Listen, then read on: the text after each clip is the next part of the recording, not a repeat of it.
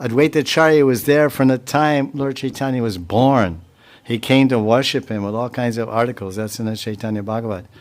Sachimata and Advaita came to worship him, and they were best friends of Jagannath Mishra. They were seniors, and they were best friends of Jagannath Mishra and Sachimata. So that's why everyone knows, and this is history. It says Acharya Gosai Gun. No, it says Acharya Gosai Chaitanya Mukhya Anga. So according to the historical record of the Pramana Shastra, the main primary, Mukhya means main primary chief Anga, limb of Chaitanya Mahaprabhu is Advaita Acharya. So if you turn back the clock 500 years ago, Advaita Acharya, he already had so many devotees, and when he joined Lord Chaitanya, they all joined with him. Just like Srila Prabhupada had one disciple, his name was, I forget what his name was, Jyotin Guru or something like that. He's from Hawaii. Sarup. His name was Siddhasarup. Siddhasarup Ananda. I think his name was Siddhasarup. And he's still around. He's quite he's a Gaudiya Vaishnava and some different kind of his own line type of thing. But back in the 70s, he was in Hawaii and he was a guru. He knew about spiritual life and all these things, and he was teaching people, and they mostly chanted Hari Bol, Hari Bol, Hari Bol. And a very interesting person, and he's still very active in psychology and philosophy and Gaudiya, all kind of blended together. I don't know, I think his name is, maybe it's called Siddhasarup, even still, I don't know. Maybe his Karmi name. But at any rate, he was very charismatic and very influential and very intelligent, and it was and still is. So he had about 500-600 devotees, disciples of his own in Hawaii. And he became impressed by Srila Prabhupada when he heard his preaching in Honolulu, in Hawaii, or maybe Honolulu, wherever. Then he surrendered to Prabhupada. And his group, they would wear dhotis, like a sannyas lungi, but it was Harinam chatters. I said Haribol. From India, I said Haribol. And then they do kirtan. They didn't follow so many rules, but the main rule is chant Haribol. And a little free expression, but very successful, and a lot of people chanting. So all his disciples joined Prabhupada. And many of them, I'm not going to mention the names, but many of those disciples that were with that group are sannyasis and gurus. Not many, but some are sannyasis in ISKCON today. So they're very, very good devotees. So in the same way, he brought all his disciples with him when he came to Prabhupada. And Advaita Acharya brought all his disciples with him when he joined Lord Chaitanya. So that's why it's clear in the mind. This book was written 1600s. The Chaitanya Charitamrita is one of the it's practically, maybe I think it is the last book or last transcendental writing that was done by Krishnadas Kaviraj. You see in the very beginning of the book, he says, "My hand is trembling, I'm very old, my eyes are weak, I can't see. I'm just living here on the banks of Shamakund in my kutir next to Das Goswami, and I'm always listening to Hari Katha from him and about the Puri Lila and Gambhira Lila of Gauranga. But now the devotees have asked me to come to Madan Mohan and take his blessings to write the story, the life of Lord Chaitanya.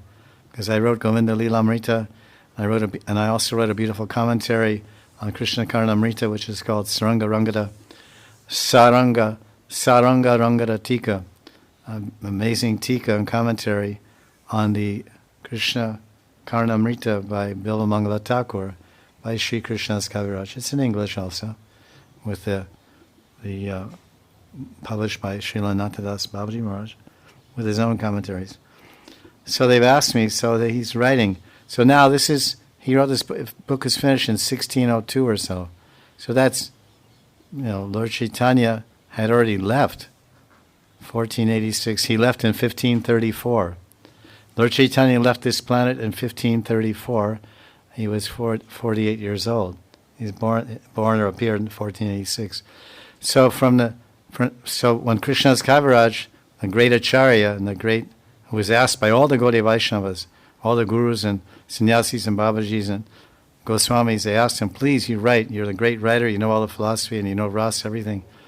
So please, you write the tattva and the biography of Lord Chaitanya." So he did. So what he's writing is definitely Praman, and no one can argue differently.